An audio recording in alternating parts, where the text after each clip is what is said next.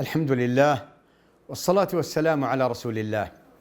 تكلمنا كثيرا في كل حق، أسهبنا حقوق الوالدين وحقوق الأرحام، حقوق الأبناء، حقوق البنات، حقوق الزوجة، حتى حقوق الأنبياء، حقوق الملائكة، الشمس، القمر. لكن هل تكلمنا في حق الله الكريم المنان الغفور الرحمن الرحيم، الخالق البارئ المصور الذي له الأسماء الحسنى، الذي يسبح له ما في السماوات وما في الأرض، وهو أحق بالإجلال والتعظيم، وأن يعرف كل مسلم حقه، حق الله عليه. ولعلي أن أعمل معكم في هذا اللقاء شيء عملي نستطيع أن نمارس معه أيضا حق الله سبحانه وتعالى ونعرفه. أول أمر هو الذكر. ألا بذكر الله تطمئن القلوب، اذكروني أذكركم، الذاكرين الله كثيرا والذاكرات ماذا أعد الله لهم. ومن خلال هذا الذكر ذي 4 محاور سريعة. المحور الأول التسبيح، يكون على لسانك في الليل، في النهار، على فراشك، في سيارتك، في عملك.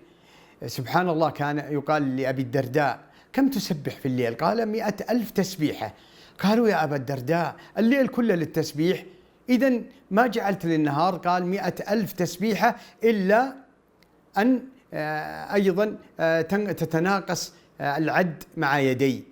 أبو هريرة رضي الله عنه وأرضاه كان يسبح 5,000 تسبيحة، لأنك من خلال هذا التسبيح تنزه الله وتعرف حقه. الأمر الثاني التحميد، أن تحمد الله على نعمه وعطاياه الجزلة، نعمه الكثيرة التي لا تعد ولا تحصى، في عقلك، في بدنك، في شربك، في أكلك، في حياتك كلها، في خلقك. الأمر الثالث وهو التهليل، أن تأتي بأعظم كلمة، لا إله إلا الله، كلمة التوحيد التي لطالما عاش الأنبياء يعلم الناس هذه الكلمة، وأيضا يربطونهم بربهم جل وعلا. لا إله إلا الله، من قالها ملأت ما بين السماوات والأرض، من قالها موقنا بها قلبه قبل أن يموت دخل الجنة. الرابع التكبير، هذا من خلال الذكر، التكبير.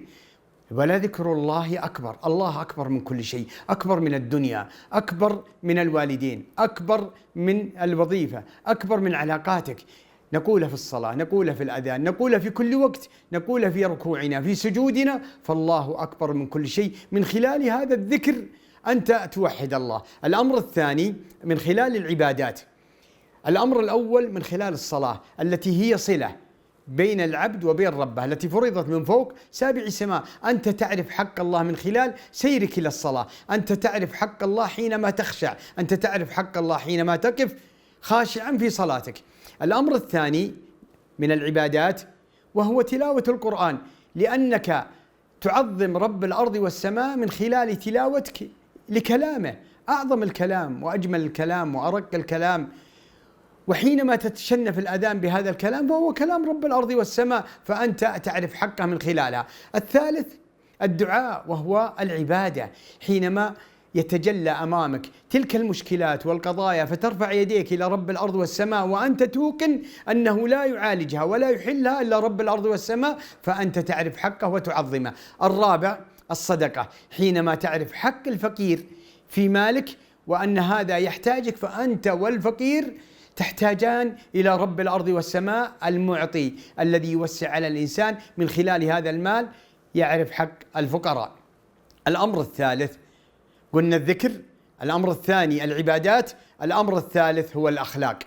الأخلاق أولها التواضع، حينما تتواضع للناس، من تواضع لله رفعه، أنت تتواضع، وهذه صفة لله جل في علاه. والأنبياء هم النبي صلى الله عليه وسلم، والأنبياء هو سيد المنكسرين، لا يعرف الكبر صلى الله عليه وسلم. من خلال هذا التواضع نعرف حق الله سبحانه وتعالى. الأمر الثاني الصدق، ومن أصدق من الله حديثا ومن أصدق من الله قيلا.